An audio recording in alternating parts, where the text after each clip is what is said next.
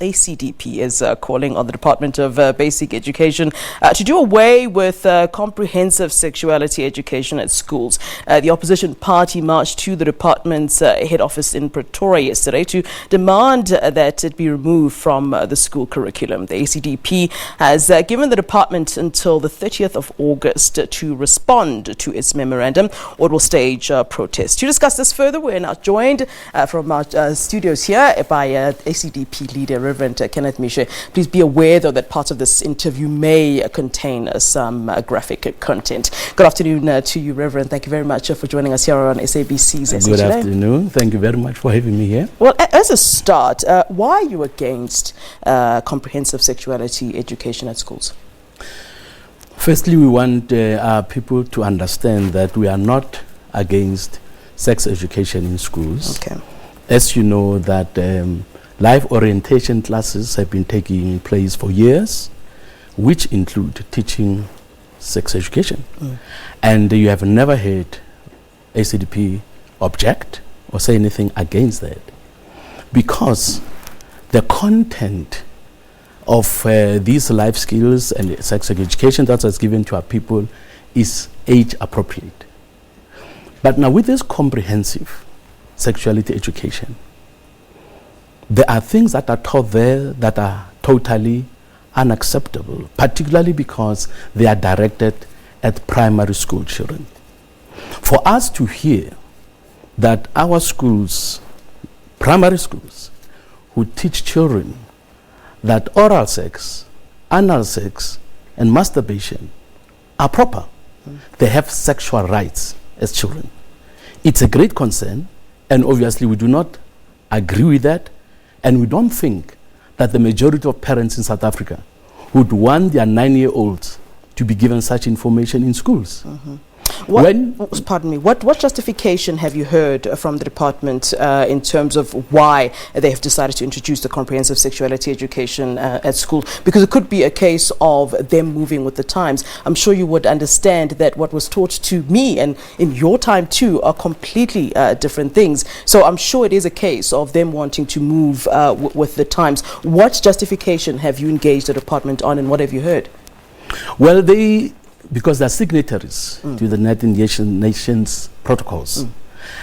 The UN has released these CSE programs to be implemented by countries that are signatories.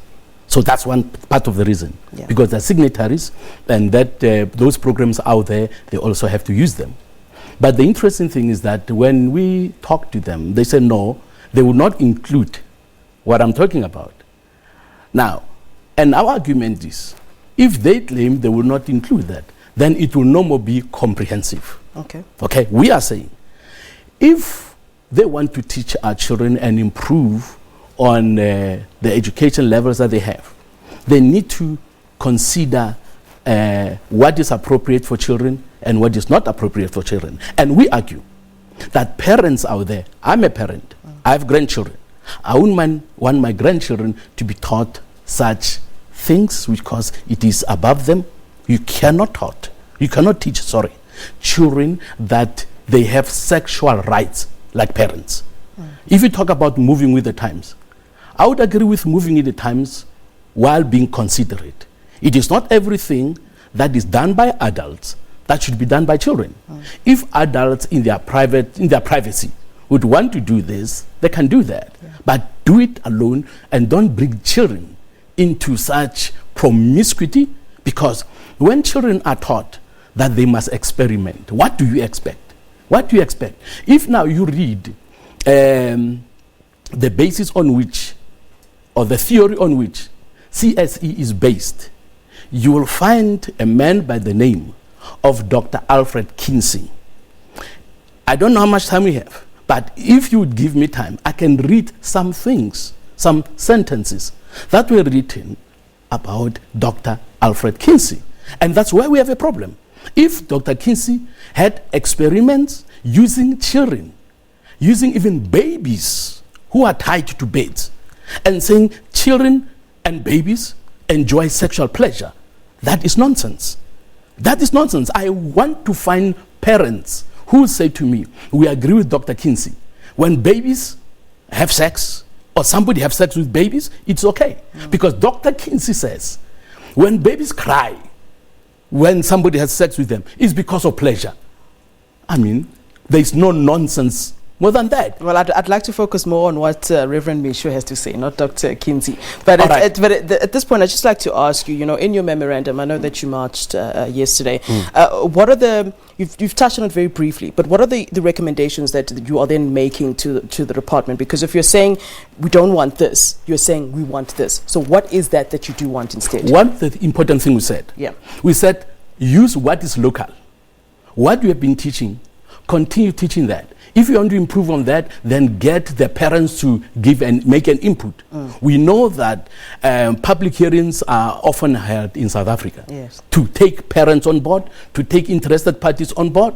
So one of the demands we made was that have public hearings and advertise them extensively, so that parents who are interested in the future of their children will also be able to attend and give their input.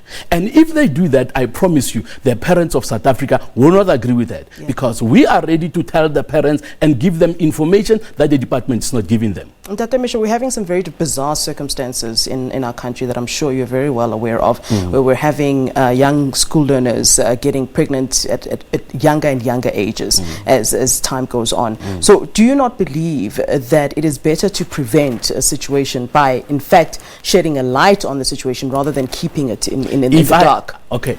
You are married, okay? I know when you started, you said people talk about graphic information, explicit information. Yeah. This is information that will be given to children. Yeah. And that is why I want even the parents to know about it. So as an adult yourself, if I ask you a direct question, I'm sure you're a parent, you have children, okay? How can oral sex, anal sex, prevent children from being pregnant? One of the things that ACDP promotes is abstinence. Our programs don't promote abstinence. South African children, many of them, when it comes to mathematics and science, they fare very badly. We are at the bottom. Why shouldn't we bring in more programs to empower our children, to teach them science and mathematics, so that they can become employable? Yesterday I had something very interesting. That in Botswana, mathematics was compulsory. That's a compulsory subject.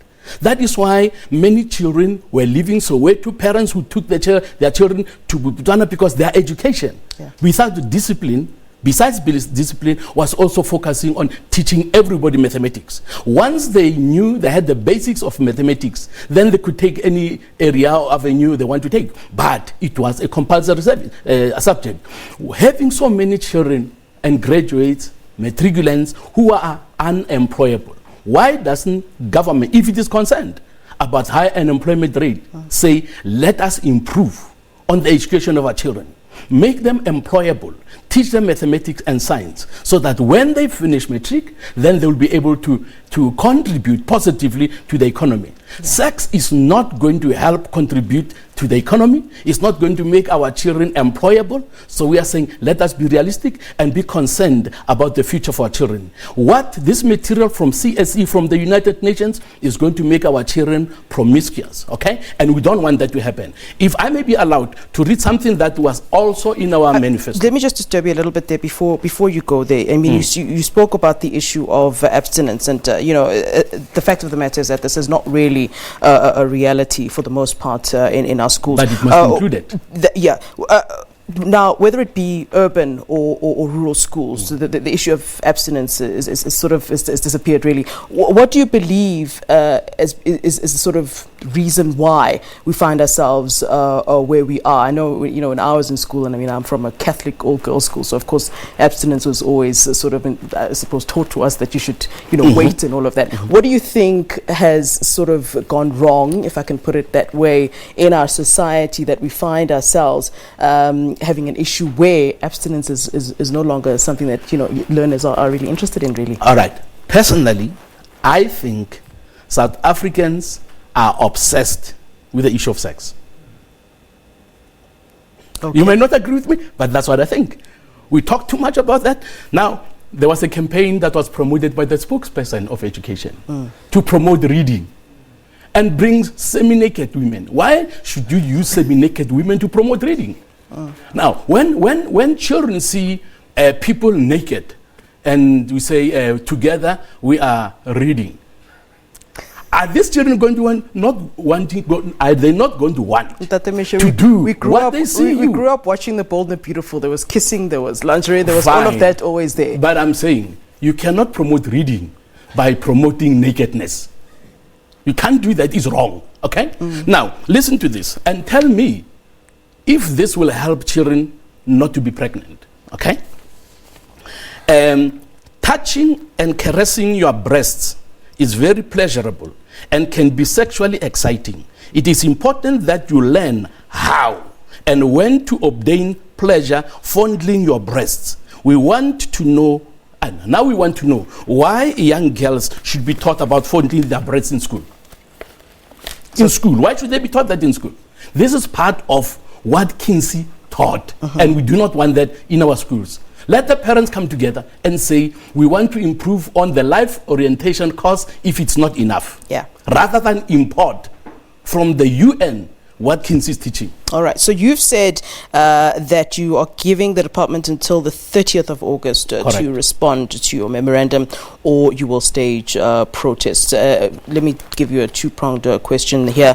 If they don't respond with the answer that you're looking for, in what way will those protests take place? And what response are you looking for? Are you looking for the department to basically say to you, okay, that's it, we're scrapping this? If the department believes local is lekker, then let them stay with our life orientation, local is lekker, and reject and throw out and dump and scrap what the UN is sending to us. Yeah. That's what we want. Okay? We want homemade remedy, homemade solution when it comes to that. That homemade solution that you're talking about, the local is lekker, as I've said to you before, is not working. So something more needs to be done, and I suppose something more aggressive needs to be done to address the issue of HIV, AIDS, whether you're addressing pregnancy in schools, all of that. What we've had is no longer working, sir, and that's what I'm trying to say to you. So what then? What are those local remedies you're talking about? What I would not agree with you about is for you to conclude that if you start teaching abstinence, that there will not be anybody who will listen to you. I will not agree with that. There will be children who will say, this is right, do this, focus on your studies. Yeah. Okay? One of the reasons, when we grew up, there were boys. Okay? I had to make a choice, and you have to make choices. Everybody has to make a choice. We are given good and evil. Okay, we have to choose. Yeah. So let the children be given the options to choose.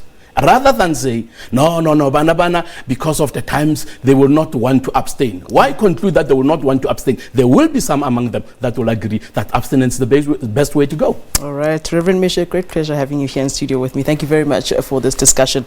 And I can't wait to chat to you again after the 30th of August to see how far you are with your memorandum and your discussions with the department. And good luck to you. Thank you very much. Thank you very much.